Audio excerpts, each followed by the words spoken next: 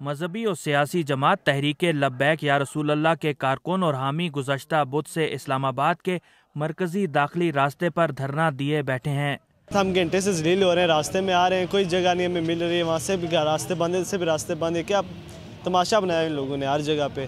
ہمارے ادھر نہ یونیورسٹیاں چل رہی ہیں نہ کچھ اور، ادھر پورا پاکستان نے بند کیا ہوا ہے۔ دیکھیں جی، پہلی تو بات یہ ہے کہ جب راستے ہی بند ہوتے ہیں تو مارکیٹ میں چہل قدمی ہوتی، کسٹمر آتا ہی نہیں ہے، آتا بھی ہے تو بہت کم آتا ہے، لوگوں کو بڑی مشکلات ہوتی ہیں، کاروباری لحاظ سے تو بہت برے حالات ہیں۔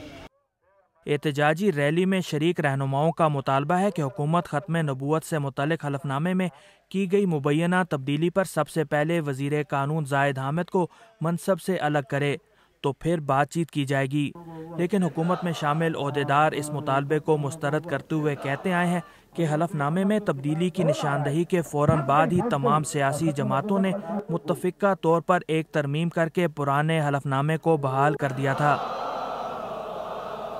ان لوگوں نے جان بوجھ کر ملک میں افراتفری پھیلانے کے لیے ختم نبوت کے معاملے کو چھیڑا ہے اور ہم لوگوں کو سڑکوں پہ آنے کے لیے ان لوگوں نے مجبور کیا ہے۔ تو انشاءاللہ ہم یہاں پہ بیٹھے ہیں جب تک کہ جو وزیر قانون ہے اس کو معطل نہیں کیا جاتا۔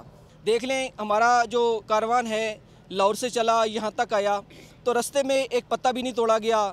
دھرنے کے باعث عوام کو درپیش مشکلات کا سرکاری ادارے national commission for human rights نے از خود نوٹس لیتے ہوئے متعلقہ حکام سے جواب طلب کیا ہے، تاہم شہری اس سے مطمئن نظر نہیں آتے۔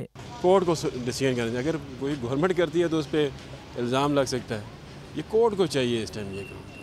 وفاقی وزیر داخلہ احسن اقبال کہہ چکے ہیں کہ حکومت چاہتی ہے کہ مذاکرات کے ذریعے اس مسئلے کو حل کیا جائے، تاہم تاحال اس سلسلے میں کوئی پیش رفت نہیں ہو سکی ہے۔ محمد اشتیاق، وائس آف امریکہ، اسلام آباد۔